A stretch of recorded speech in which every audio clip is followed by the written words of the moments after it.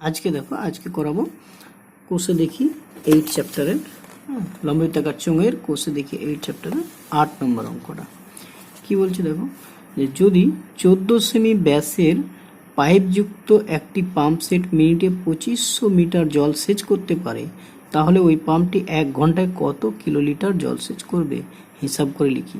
বলা আছে 1 litre equal to 1 ঘন ডেসিমিটার। তাহলে দেখো আমরা প্রথমে ঘন ডেসিমিটার দিয়ে এগুলো করব, তারপরে সেটা করবো। তাহলে দেখো 14 সেমি ব্যাস, তাহলে ব্যাসার্ধ বের করে দেবো 7 সেমি, কিন্তু সেমি তো করবো না, আমরা ডেসিমিটারে করবো।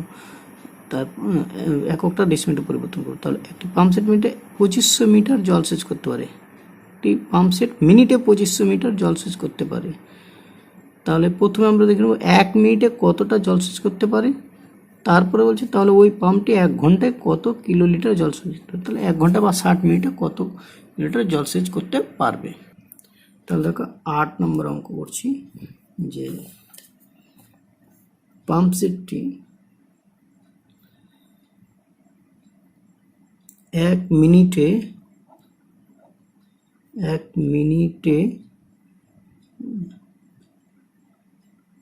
পাম্প সেটটি জল সেচ করতে পারে,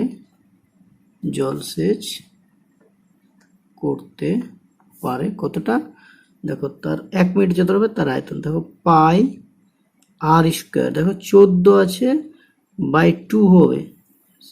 তাহলে ব্যাস যেহেতু 14 তাহলে ব্যাসার্ধ 14/2, কিন্তু এখানে সেমি আছে, আমরা কি করবো ডেসিমিটারে করব। তার জন্য কি করব ডেসিমিটারে করলে আর 10 দিয়ে ভাগ, তার মানে নিচে আর একটা 20 করবো। অর্থাৎ তোমরা জানো যে এখানে যদি আমি 10 দিয়ে ভাগ করে দিলাম দিয়ে এটা স্কোয়ার ইন্টু এইচটা কত 2500 মিটার। তাহলে 2500কে আবার মিটারকে ডেসিমিটার করলে 25,000 ডেসিমিটার দিয়ে এটা হয়ে গেল কি ঘন ডেসিমিটার। তাহলে দেখো 22/7 ইন্টু 2 7 14, তার মানে 7/10 আবার 7/10 ইন্টু 25,000। তাহলে 7 7 কাটলো, একটা শূন্য একটা শূন্য আর একটা শূন্য আর একটা শূন্য দিয়ে 25 গুণ 7 গুণ 250, এটা গুণ করে হয়ে যাবে তোমার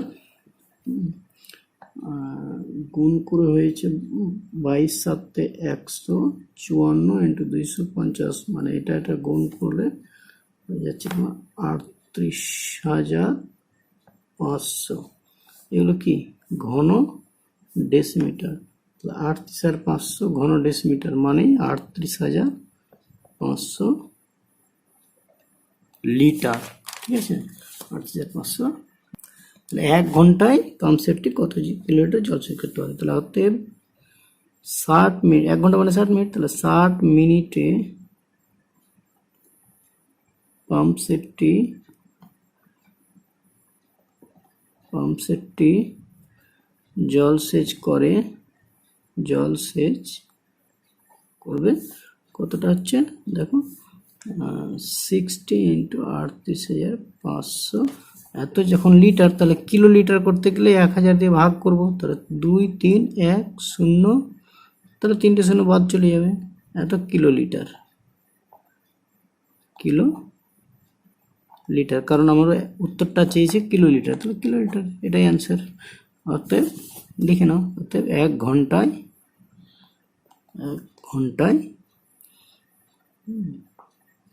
পাম্প সেটটি জল সেচ করবে 2310 কিলো লিটার করে দেবে কিলো লিটার। তারপর দেখো 9 নম্বর অঙ্ক। 9 নম্বর অঙ্কে কি বলছে যে 7 সেমি ব্যাসের একটি লম্বা গ্যাস জারে কিছু জল আছে, ওই জলে যদি 5.6 সেমি দৈর্ঘ্যের ব্যাসের 5 সেমি লম্বা একটি নিরেট লোহার লম্ববৃত্তাকার চুঙাকৃতি টুকরো সম্পূর্ণ ডোবানো হয় তবে জলতল কতটুকু উপরে উঠবে। মানে এইরকম ব্যাপারটা, ধরো প্রথমে নিরেট চোঙ আছে, জলতল ধরে নিলাম এতটা জল আছে, এবার এই চোঙের মধ্যে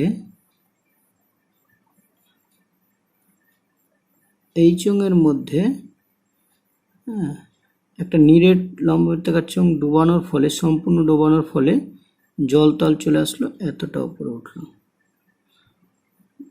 তাহলে ধরলাম এইচ মিটার উঠলো। ঠিক আছে, তাহলে এই চোঙের ক্ষেত্রে ডোবানোর পর চোঙের ক্ষেত্রে জলতল যে উপরে উঠলো, তাহলে এই টোটাল জলের আয়তনটা, তো জলতল কত উপরে উঠলো ধরে নেব এইচ, তারপর টোটাল জলের আয়তনটা, এই চোঙে জলের আয়তনটা বের করব, আর যে নিরট চোঙটা ডোবানো হয়েছে তার আয়তনটা বের করব, দিয়ে সমান করে এইচ এর মানটা পেয়ে যাব। ধরি জলতল 8 সেমি উপরে উঠবে, 8 সেমি উপরে উঠবে। তারপর দেখো 7 সেমি, তাহলে 7 সেমি ব্যাসের গ্যাস জারের যে জল আছে তার আয়তন বের করে নেব। তাহলে অতএব 7 সেমি ব্যাসের জলের আয়তন বের করবো, এটাই আছে, এই জলটা টোটাল জলের আয়তন বের করবো। কি হবে, এর আয়তনটা হচ্ছে পাই আর স্কোয়ার, তাহলে 22/7 ইন্টু আর স্কোয়ার, তাহলে 7 সেমি ব্যাস, তাহলে 7/2 ইন্টু এইচ, এইচটা কত মানে ধরেছি, তাহলে এত ঘন সেমি। ঠিক আছে, এটা।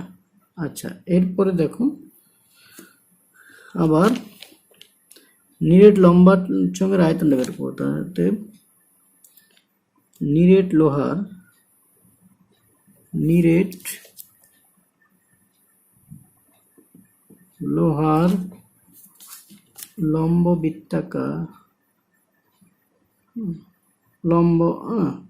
লম্বাকৃতি করে দাও, নিরেট লোহার লম্বাকৃতি চোঙের টুকরোর আয়তন কি হবে দেখো, এর ধরে না এর কি আছে দেওয়া, দৈর্ঘ্যের ব্যাস দেওয়া আছে, তাহলে ব্যাসার্ধ পেয়ে গেলাম, উচ্চতা দেওয়া আছে, তাহলে 22/7 ইন্টু 5.6/2 স্কোয়ার ইন্টু এটা কত হলো, এইচ দেওয়া আছে কত 5 সেমি লম্বা, তাহলে 5 সেমি, তাহলে ঘন সেমি। তো দেখো শর্তানুসারে করবো, এটা ইজিক্যাল টু এটা, তাহলে শর্তানুসারে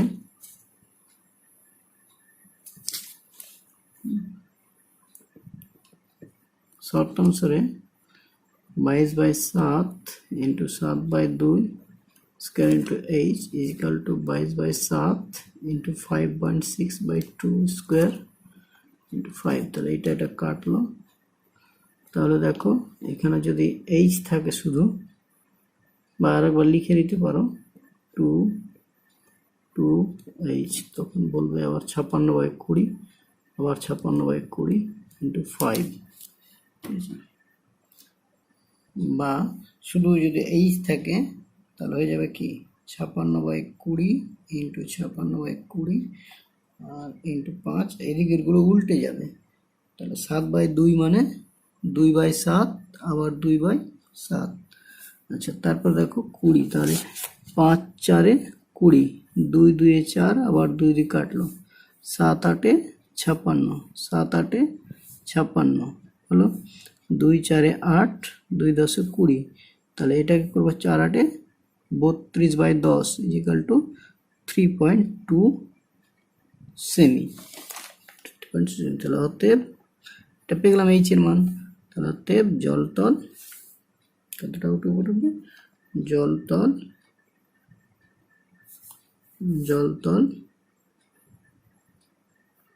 এই 3.2 সেমি উপরে উঠবে, এটা হচ্ছে। তারপর 10 নম্বর দেখো, বলছে একটি লম্ব চোঙাকৃতি স্তম্ভের বক্রতলের ক্ষেত্রফল 264 বর্গমিটার এবং আয়তন 924 ঘনমিটার হলে ওই স্তম্ভের ব্যাসের দৈর্ঘ্য উচ্চতা হিসাব করে লিখি। তাহলে ব্যাসের দৈর্ঘ্য উচ্চতা দেওয়া নেই, তাহলে আমরা ধরে নেব ব্যাসের দৈর্ঘ্য উচ্চতা ধরে নিয়ে বক্রতলের ক্ষেত্রফল বের করব, দিয়ে ওই বক্রতলের ক্ষেত্রফলের সঙ্গে এই বক্রতলের ক্ষেত্রফল ইকুয়াল করবো শর্তানুসারে, দিয়ে সেখান থেকে এটা একটা সমীকরণ। আবার আয়তন, তাহলে এই ব্যাসের দৈর্ঘ্য আর উচ্চতা যে ধরবো সেই ক্ষেত্রে আয়তন বের করবো, আয়তনের সঙ্গে এই আয়তন ইকুয়াল করবো। তো চলো দেখি 10 নম্বর। তাহলে ধরি লম্ব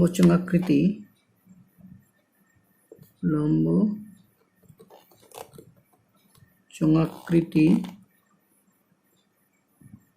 স্তম্ভের ব্যাসের দৈর্ঘ্য না ধরে আমরা ব্যাসার্ধের দৈর্ঘ্য দেখে নেব। ব্যাসার্ধের দৈর্ঘ্য আর এককটা হচ্ছে মিটার এবং উচ্চতাটা ধরলাম h মিটার। তাহলে অতএব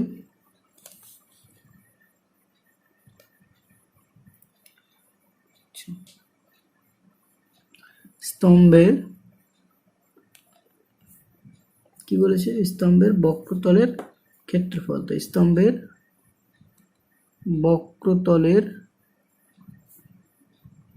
ক্ষেত্রফল কি হবে, 2 পাই h, 2 পাই মানে 22/7 আর h, 2 পাই h।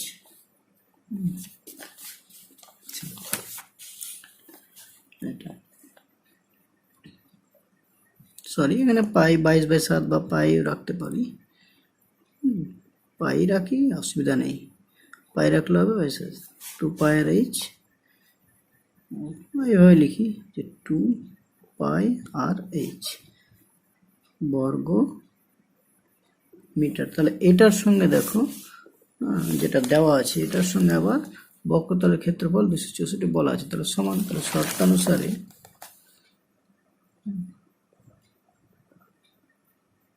শর্তানুসারে 2 পাই আর h ইজিক্যাল টু 2 পাই আর h ইজিক্যাল টু 264। তাহলে 2 2 কেটে দাও, 132, 2 4 2 2, তাহলে হচ্ছে পাই আর h ইজিক্যাল টু 132, এটাকে 1 নম্বর দাও। তারপরে দেখো আবার বলেছে যে আয়তন 924 ঘনমিটার। তাহলে আয়তন যেহেতু বলেছে তাহলে আয়তন আমরা ফর্মুলা অনুযায়ী বের করি। আবার পাই আর স্কয়ার h ঘনমিটার, তাহলে এটা ঘনমিটার আর ওটা দেওয়া আছে। তাহলে শর্তানুসারে কি হবে, পাই আর স্কয়ার h ইজিক্যাল টু যেটা দেওয়া আছে 924, এটাকে দিয়ে দাও 2 নম্বর। তাহলে 1 ও 2 থেকে সমাধান করব। তাহলে এখানে লিখে নিই। তাহলে দেখো 1 আর 2 সমাধান করব। সমাধান করতে গিয়ে দেখো আমরা যদি এটা ভাগ করে নিই বা এখানে লিখে নাও, 1 নম্বর ও 2 নম্বর থেকে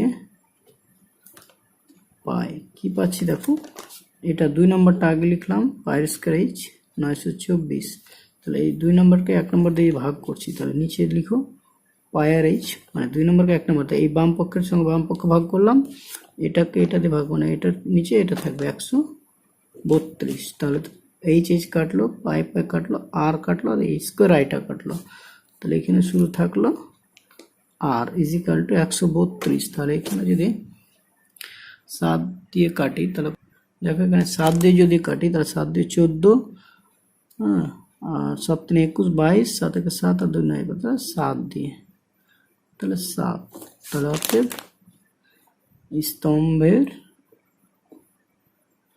ব্যাসার্ধের দৈর্ঘ্য কত পেয়ে গেলাম, 7 মিটার। ঠিক আছে, 7 মিটার। এবার দেখো উচ্চতা, তাহলে আর এর মানটা আমরা যে কোনো একটাতে বসিয়ে দেবো। তাহলে হতে 1 নম্বর সমীকরণে আর ইজিক্যাল টু 7 বসিয়ে পাই, এটা লিখে দিলাম, তোমরা না লিখলেও পারবে। তাহলে 1 নম্বর শুধু 1 নম্বর থেকে পাই লিখলে হতো। তাহলে পাই আর এর মান কত, 7, h ইজিক্যাল টু 132, বা h থাকলো, তাহলে 132, 7টা নিচে আসলো, আর পায়ের মান কি 22/7, তাহলে এদিকে গেলে 7/22, তাহলে এটা কাটলো। এবার দেখো 22, তাহলে 22কে 2 যে করি তাহলে কততে আসবে, তাহলে 6 দিয়ে 12 ছেড়ে 12 একে 13 মানে 6, তাহলে ইজিক্যাল টু 6। তাহলে লিখে নাও, এখানে হলো 6, তাহলে অতএব স্তম্ভের উচ্চতা 6 মিটার। তাহলে অতএব স্তম্ভের উচ্চতা 6 মিটার লিখে দাও। এবং ব্যাসের দৈর্ঘ্য চেয়েছে, তাহলে ব্যাসের দৈর্ঘ্য কত, ব্যাসার্ধ পেয়েছি 7, তাহলে ব্যাসের দৈর্ঘ্য 2 × 7 ইকুয়াল টু 14 মিটার। তাহলে এটা অ্যান্সার হচ্ছে 6 মিটার 14 মিটার। আচ্ছা।